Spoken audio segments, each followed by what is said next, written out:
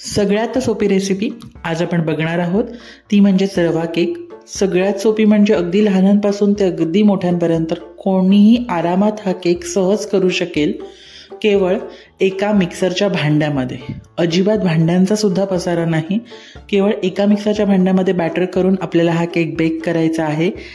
आणि same market style हा रवा केक कसा करायचा हे आपण बघूयाच, पण त्याआधी माझ्या व्हिडिओज आवडत असतील तर व्हिडिओजना लाईक, कमेंट आणि शेअर करायला विसरू नका। त्याचबरोबर चॅनलला सबस्क्राईब करा। बघा किती मस्त फुललाय केक। चला मग वेळ वाया अजिबात घालवूया नको, हा मस्त मार्केट स्टाईल अगदी अयंगार बेकरी स्टाईल केक आपण घरच्या घरी बनवूया।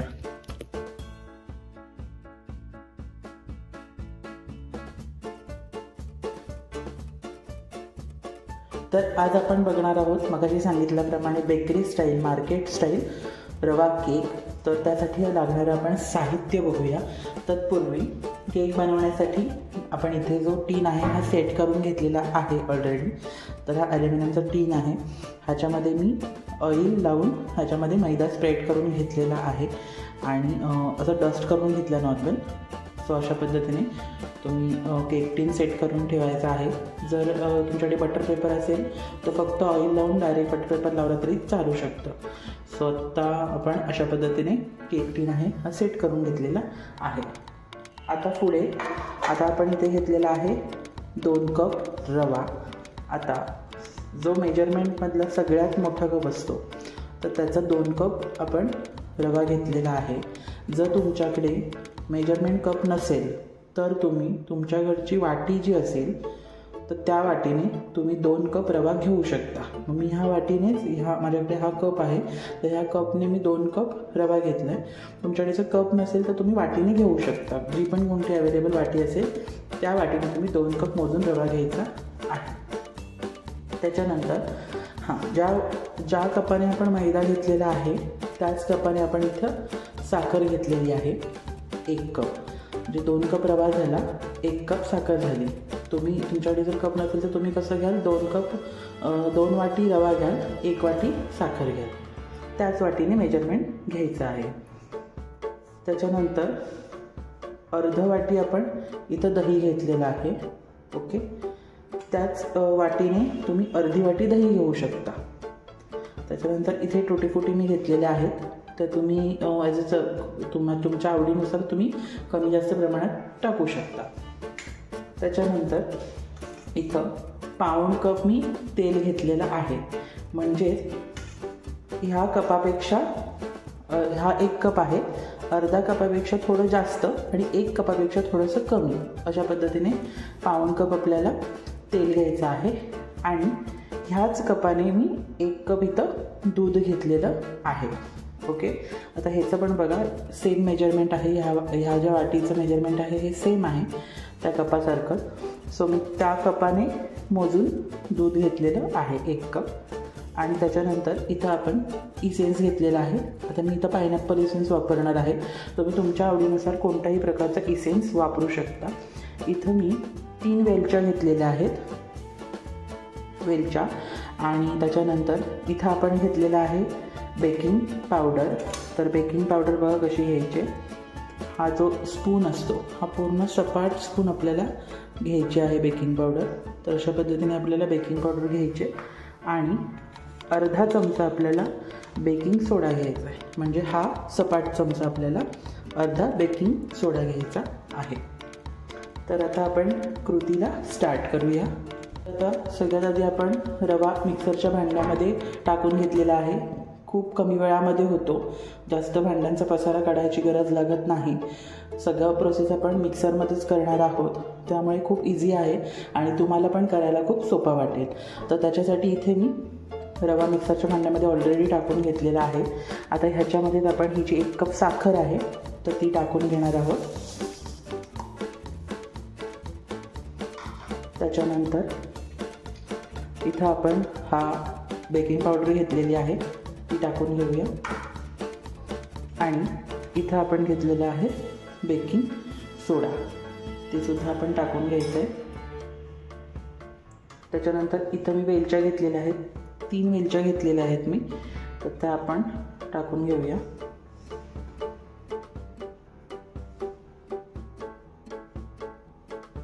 त्याच्यानंतर इथं आपण घेतोय इसेन्स.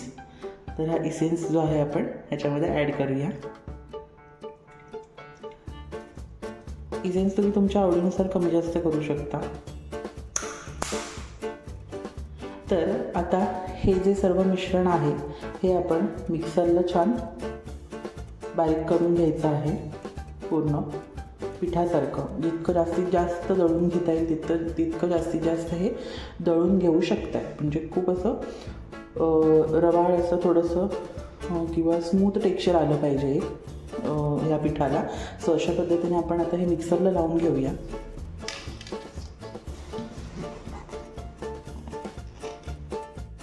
तर आता इथे आपण हे सगळं मिश्रण आहे हे मिक्सरला लावून घेतलेलं आहे आणि अशा पद्धतीने व्यवस्थित सगळं बारीक करून घेतलेलं आहे.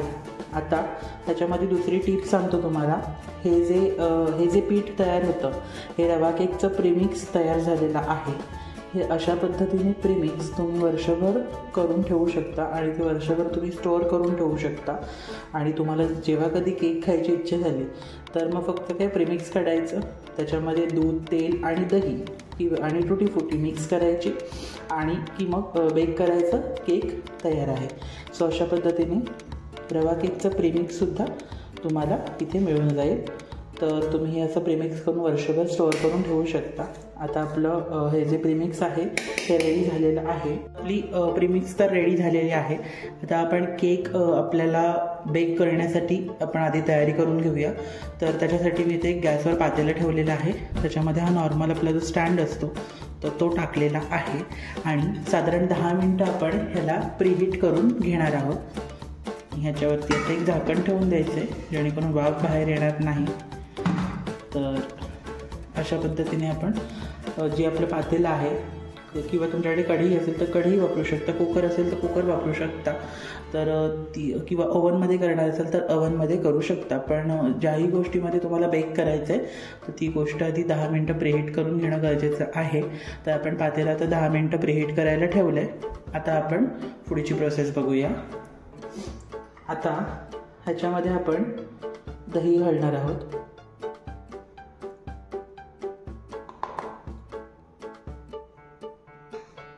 त्याच्यानंतर आपण दूध घालणार आहोत.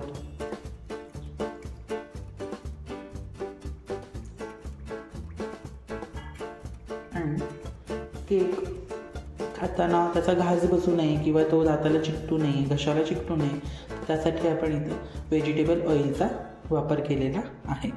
तर आपण आता इथे तेल टाकून घेऊया आणि पुन्हा हे चमच्याने व्यवस्थित मिक्स करून घेऊया आणि पुन्हा एकदा आपण हे मिक्सरला फिरवून घेणार आहोत. तर इथं आता बघू शकताय आपण हे जे बॅटर आहे ते छान मिक्सरला लावून घेतलेलं आहे.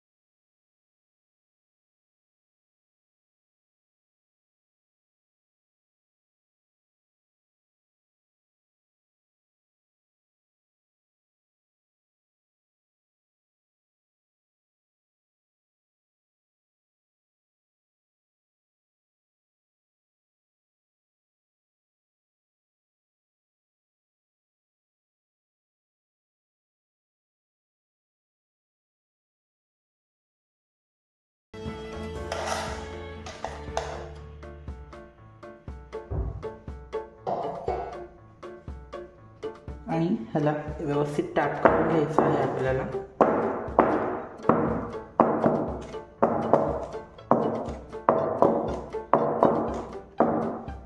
आणि आता आपण हे बेक करण्यासाठी गॅसवर ठेवून देऊयात। तर आता आपल्या इथे जे पातेलं ठेवलेलं होतं प्रीहीट करायला, तर आता प्रीहीट झालेलं आहे। आता आपण जो केक मोल्ड आहे तो ह्याच्यामध्ये ॲड करूया। सावकाश ॲड करायचं आहे कारण पातेलं गरम असतं, सो भाजण्याची शक्यता असते, सो काळजीपूर्वक हँडल करा। आणि याच्यावरती एक झाकण ठेवून देऊया आपण। आणि आता साधारण 30 ते 35 मिनिटानंतरच आपल्याला झाकण ओपन करायचं आहे, अधेमध्ये अजिबात उघडून बघायचं नाही। आता 30 ते 35 मिनिटं आपण याला बेक करूया आणि पुन्हा भेटूया। तर आता आपण केक चेक करूया। तर 5 मिनिटं झालेली होती, आपण गॅस बंद केलेला आहे आणि बरोबर 35 मिनिटं आपल्याला केक बेक करण्यासाठी लागलेली होती। तर आता आपला केक झालेला आहे आणि छान फुललेला सुद्धा आहे। आपण चेक करूया, बघू शकताय पूर्ण क्लीन निघाला आहे, म्हणजे याचा अर्थ आपला जो केक आहे हा व्यवस्थित बेक झालेला आहे। कलर पण खूप छान आला आहे। आता आपण ह्याला पूर्णपणे थंड करून घ्यायचं आहे आणि मग अनमोल्ड करून घेऊया आपण ह्याला। तर आता आपण पूर्णपणे ह्याला थंड करूया आणि त्याच्यानंतर अनमोल्ड करूया। तर इथं आपला असा केक आता रेडी झालेला आहे।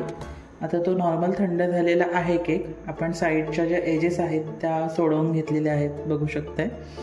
आणि आता आपण ह्याला अनमोल्ड करूयात।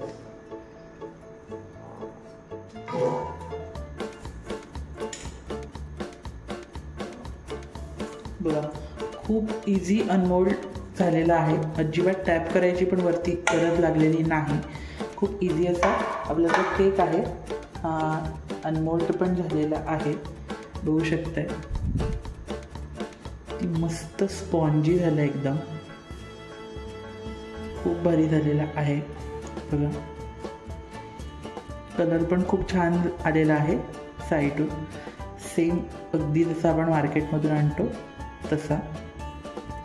तर आता आपण ह्याचे स्लाइस करून घेऊया।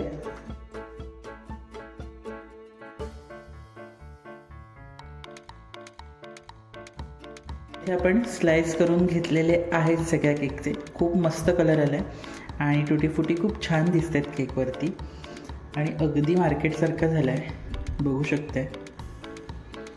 मस्त एकदम असा स्पॉन्ज तयार झालेला आहे।